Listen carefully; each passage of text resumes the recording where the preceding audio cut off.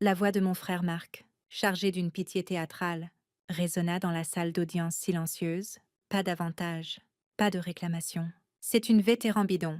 Il ricana, jouant pour le public de notre famille en deuil. Je restais parfaitement immobile, les mains croisées sur la table devant moi, refusant de lui accorder la satisfaction d'une réaction. Je me contentais de regarder mon avocat, David, un homme de peu de mots mais d'une précision immense, se lever sans un bruit.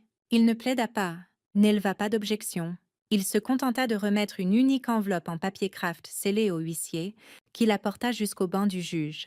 Le juge, un homme qui avait vu tous les drames familiaux imaginables, brisa le seau de cire rouge inhabituel avec un air d'agacement modéré. Son expression changea instantanément. Il sortit une seule feuille de papier, et tandis que ses yeux parcouraient le texte, son masque professionnel ne se fissura pas simplement, il se brisa, le sang se retira de son visage, remplacé par une expression de choc profond qui se durcit rapidement en alarme. Son regard remonta, passa les avocats, passa ma famille stupéfaite, et se verrouilla sur les deux agents armés de la cour stationnés près des lourdes portes de chêne. Sa voix, quand elle sortit, fut un ordre tendu et urgent qui trancha le silence. Agents, scellez cette salle, immédiatement. Le bruit des verrous qui s'enclenchèrent fut un claquement assourdissant qui nous enferma. Le rictus confiant de Marc se dissipa en un masque de peur pure et incompréhensive. Ce dernier clic terrifiant était le résultat d'une décision que j'avais prise 2 mois plus tôt. Debout dans une pièce bondée imprégnée de l'odeur des lits et d'un chagrin discret. C'était le jour de la réception après les funérailles de mon père, et je regardais mon frère Marc, l'étoile brillante de la famille dont le succès était assez bruyant pour étouffer quiconque d'autre. Tenir salon, il acceptait les condoléances d'une main tout en consultant son téléphone de l'autre. Je me tenais seule, un fantôme aux funérailles de mon propre père. Un ami respecté de la famille, un colonel de l'armée à la retraite, s'approcha de moi, les yeux emplis d'une sympathie sincère, avant qu'il n'ait pu dire plus de quelques mots. Marc surgit, passant un bras lourd sur mon épaule. Il adressa au colonel un petit rire dédaigneux. « Ne faites pas attention à ma sœur, dit-il, sa voix glissante de condescendance. Elle a l'un de ces jobs de bureau gouvernemental où on compte les agrafes. On était tous si fiers quand elle a dit qu'elle servait, mais je pense que la chose la plus dangereuse qu'elle ait jamais faite, c'est se couper avec un papier. » Les yeux du colonel se posèrent sur moi, une question dans le regard, mais je me contentais d'un sourire tendu et vide. À cet instant, en voyant Marc m'effacer si facilement, quelque chose en moi se glaça enfin. Marc pensait qu'il racontait juste sa blague préférée. Il n'avait aucune idée qu'il me calomniait en public. Dans un tribunal, pour comprendre pourquoi l'enveloppe de mon avocat contenait plus de pouvoir que l'héritage entier de mon père, il faut comprendre les 2 vies que je menais. Ma famille me voyait comme une histoire qu'ils avaient écrite eux-mêmes, un récit de déception tranquille.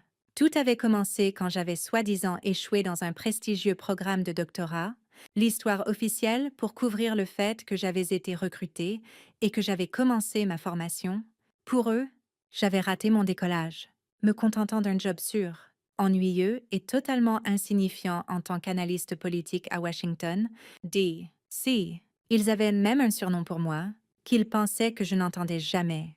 Ils m'appelaient la bibliothécaire, un titre censé capturer ma médiocrité perçue.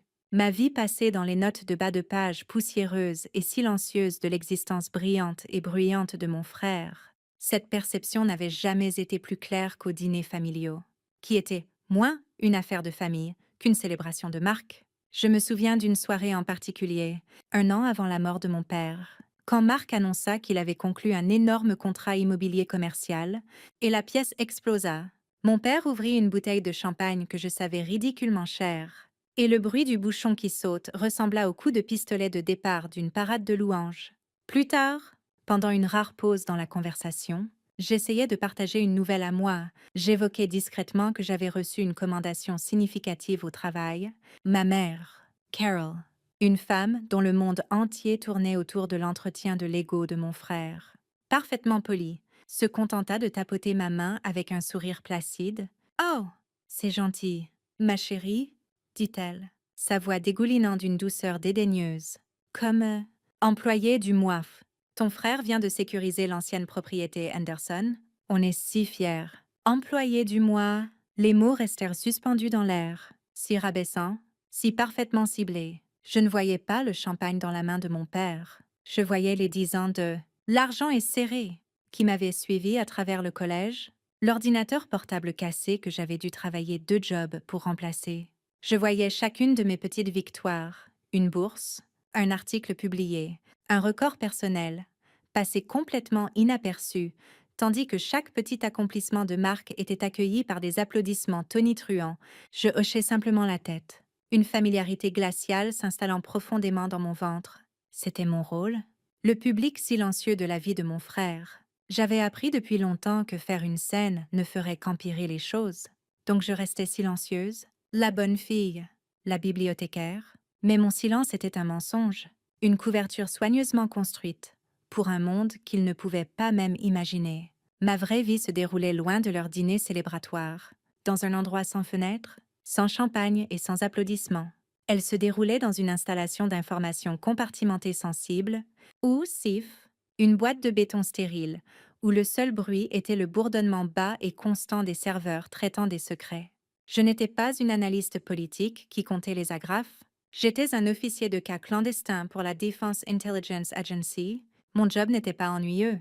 C'était un poids constant et écrasant de responsabilité, où une seule erreur pouvait signifier la différence entre la vie et la mort pour des gens dont je ne connaîtrais jamais les noms.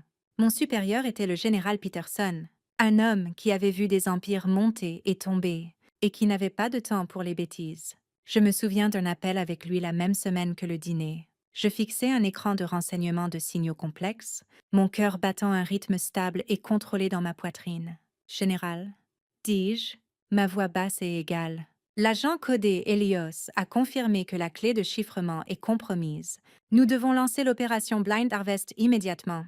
La fenêtre se referme. Il n'y eut pas d'hésitation à l'autre bout, pas de seconde pensée, juste une voix calme et autoritaire qui portait le poids d'une confiance absolue. À vous de jouer, Echo 7, dit-il, utilisant mon indicatif opérationnel. Mon vrai nom? Exécuté? Dans ce monde, mon jugement n'était pas seulement valorisé, il était essentiel. Je n'étais pas la bibliothécaire, j'étais Echo 7. Et Echo 7 prenait des décisions qui comptaient. Mon service était un fantôme. Il n'avait pas de dossier officiel, pas de carte VA, pas de défilé d'avantages que mon frère pouvait voir et mesurer. Il était conçu pour être invisible. Mon père, cependant, en avait eu des aperçus.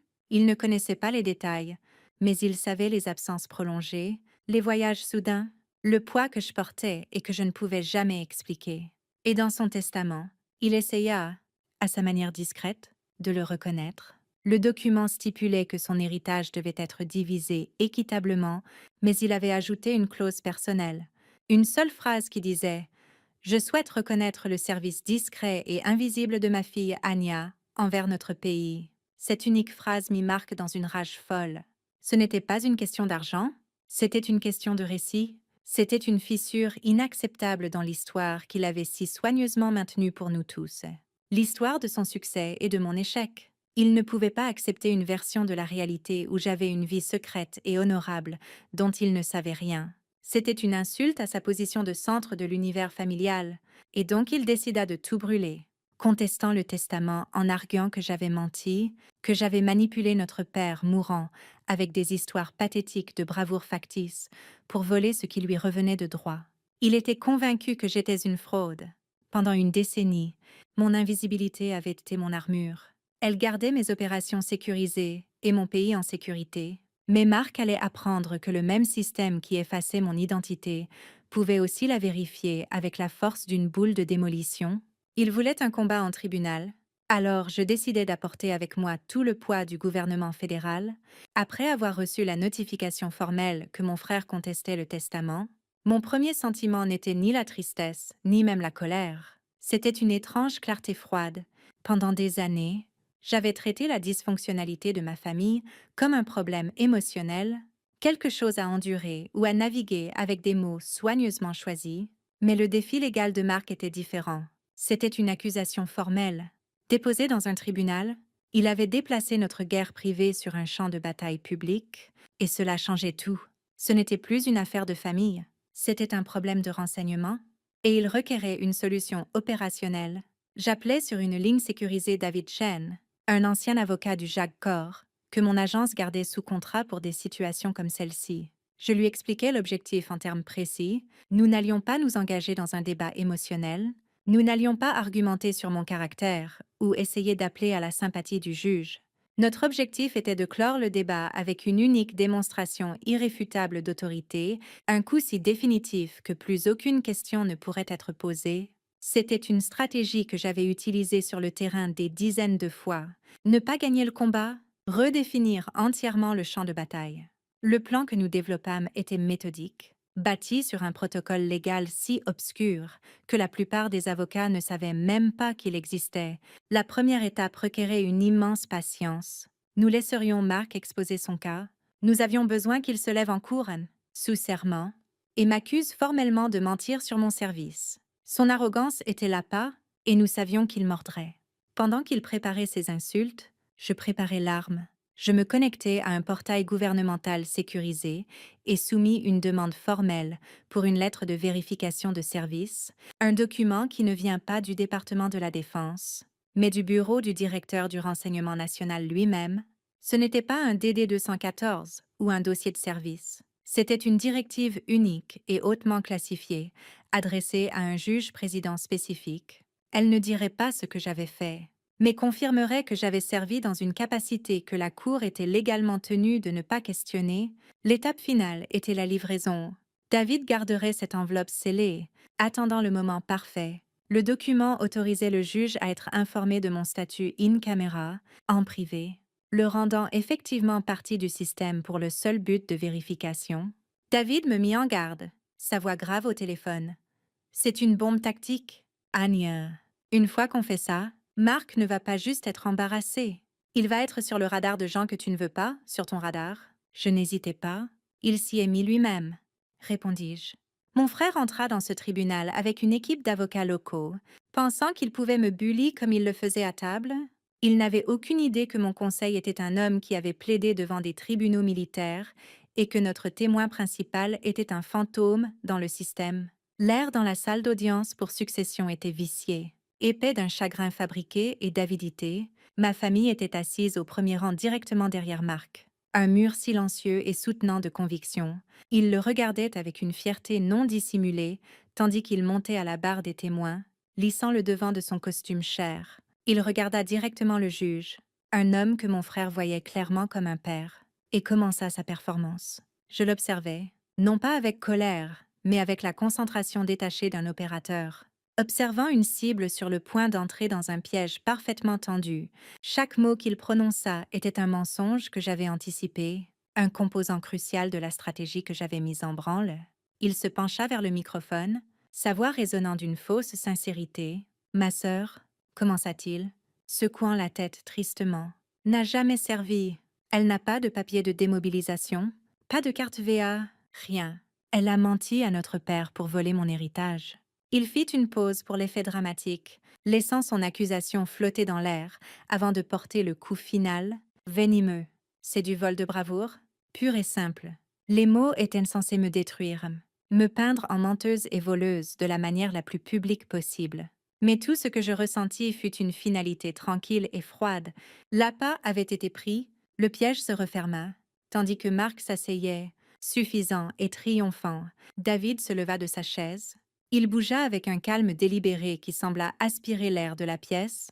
Il s'adressa au juge, sa voix stable et formelle. « Votre honneur, nous avons un document pour considération de la Cour, à examiner in camera. » Il posa l'enveloppe en papier craft scellée sur le bureau de l'huissier. Le juge parut agacé, soupirant comme si ce n'était qu'un autre retard futile dans son agenda. Il prit l'enveloppe et brisa le seau de cire rouge d'un geste impatient du pouce. Je regardais son visage tandis qu'il sortait la unique page de l'intérieur. Je pouvais presque voir l'entête à travers ses yeux. Le sceau officiel du bureau du directeur du renseignement national, l'agacement du juge s'évapora. Sa posture se redressa, ses yeux s'écarquillèrent tandis qu'il parcourait la page. L'ennui nonchalant fut remplacé par une tension rigide et alerte. La couleur se retira de son visage, laissant un masque pâle de choc et autre chose. Quelque chose qui ressemblait à de la peur. Le changement fut si soudain, si absolu, que toute la pièce tomba dans le silence. Il leva les yeux, son regard balayant au-delà de moi, au-delà de David, et se posant sur les 2 agents armés à l'arrière de la salle. Sa voix, quand elle vint, n'était plus le ronron d'un bureaucrate ennuyé, elle était tranchante, tendue, et emplie d'une urgence qui commandait une obéissance absolue. Agents, scellez cette cour, immédiatement. Les lourdes portes de chêne claquèrent avec un bruit assourdissant qui fit sursauter ma mère. Le son des verrous qui glissaient résonna comme un coup de feu. Le juge pointa un doigt tremblant vers la sténographe. Vous êtes hors procès-verbal? Maintenant. Il fixa ensuite son regard sur mon frère, qui était toujours figé à la barre des témoins. Son rictus confiant ayant fondu en une expression béante de confusion, la voix du juge était basse, incisive, et dépouillée de toute courtoisie judiciaire. Monsieur Jensen, commença-t-il, vous êtes un civil qui, dans un témoignage sous serment, a fait des déclarations spécifiques concernant le statut de service d'une employée du gouvernement américain. Le document que je tiens en main confirme que le service de votre sœur est une affaire de sécurité nationale. Il laissa les mots flotter dans le silence étouffant, chacun atterrissant comme un coup de marteau. Le visage de Marc passa de la confusion à la terreur. Vos accusations infondées sur un dossier de cour fédérale, continua le juge, sa voix se muant en glace, pourraient constituer une tentative d'exposer publiquement un opérateur gouvernemental protégé. Vous devez rester silencieux. Un marshal américain prendra votre déposition après que nous ayons conclu. Cette affaire de famille est désormais fédérale. Il se tourna alors vers moi, et pour la première fois, il me vit, son expression s'adoucit d'un respect profond, profonde, et presque craintif. Madame, dit-il, l'honorifique sonnant désormais totalement sincère, mes excuses les plus profondes pour cela, nous ajournerons dans mon cabinet pour finaliser l'exécution du testament de votre père. Mon frère ne bougea pas, son visage était cendreux, une statue d'incrédulité. Derrière lui, ma mère semblait sur le point de s'évanouir. Leur monde entier, celui qu'ils avaient si soigneusement construit autour de leur propre importance, avait été publiquement et irrévocablement démoli, non par un argument, mais par un pouvoir qu'ils ne pouvaient même pas commencer à comprendre. Je ne les regardais pas, je donnais simplement au juge un hochement lent et délibéré, et me levai pour le suivre. Laissant ma famille utterly seule dans la salle d'audience silencieuse et scellée, Marc m'avait toujours accusé de vivre dans un monde de fantaisie. À la fin, il fallut une salle d'audience verrouillée et la menace d'une inculpation fédérale pour qu'il réalise que mon monde était plus réel que le sien. Dans le cabinet du juge, la validation finale du testament de mon père fut une affaire tranquille et anticlimactique. Le langage légal était sec, les signatures rapides. La vraie conclusion se produisit quelques minutes plus tard, dehors sur les marches du palais de justice, tandis que David et moi émergeâmes dans l'air frais de l'après-midi. Je les vis, 2 marshals américains au visage de pierre escortaient mon frère Marc vers une voiture noire banalisée, garée au bord du trottoir. Son costume cher était froissé, son visage d'un blanc fantomatique. Pendant un instant, nos regards se croisèrent à travers le trottoir. Les siens étaient écarquillés d'une terreur si profonde qu'elle semblait le vider. Et en dessous, il y avait une supplication désespérée et enfantine. Il cherchait sa sœur, celle qui était censée arranger les choses. Je soutins son regard, mon expression illisible. Je ne ressentis rien, ni triomphe, ni pitié, ni même le fantôme de la colère. C'était comme regarder un étranger dont j'avais autrefois lu l'histoire, mais dont je ne me rappelais plus la fin. Le lien, étiré fin sur une vie de rejet et de mépris, avait enfin claqué. Je fis un léger, presque imperceptible tour de tête, et m'éloignai sans me retourner. Le clic discret de mes talons sur le trottoir fut le seul bruit qui comptait. La guerre était finie. 6 mois plus tard, je me tenais dans une pièce loin de tout palais de justice, un lieu de calme profond et solennel, connu sous le nom de Hall of Valor au quartier général de la DIA. C'était une cérémonie de remise de prix interne, un rassemblement classifié de gens qui, comme moi, vivaient des vies dans l'ombre. Le général Peterson se tenait devant moi, le même homme dont la voix calme m'avait guidé à travers des opérations à enjeux élevés.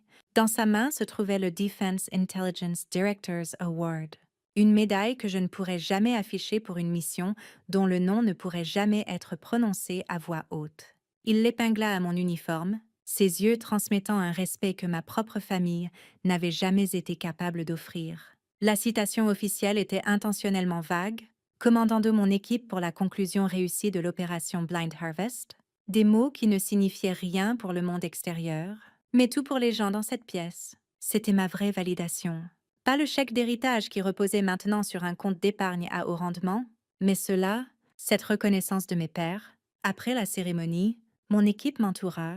Il n'y eut pas de félicitations bruyantes, pas de tape dans le dos performative comme mon frère en raffolait. Au lieu de cela, il y eut des poignées de mains discrètes, des hochements de tête complices, et des regards partagés qui en disaient plus que des mots ne l'auraient pu. Ces gens étaient ma vraie famille.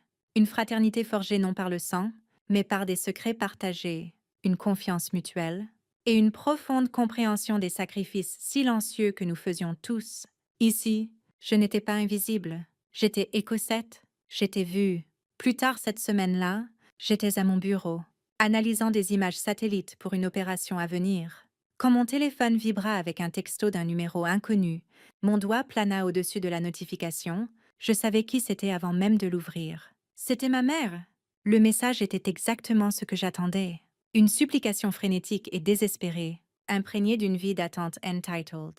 Anya, disait-il, les frais légaux de Mark Vidantu. Il fait face à des charges. S'il te plaît, tu dois faire quelque chose? Peux-tu passer un appel?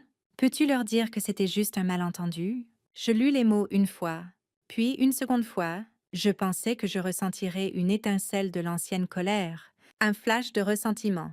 Mais il n'y avait rien, il n'y avait qu'un vaste, tranquille calme en moi. Le message n'était pas juste sur Marc. C'était une tentative désespérée de me ramener dans leur drame, de me forcer à reprendre le rôle de la fille invisible censée absorber leur chaos. C'était une invitation à sacrifier la paix que j'avais si durement construite pour moi-même.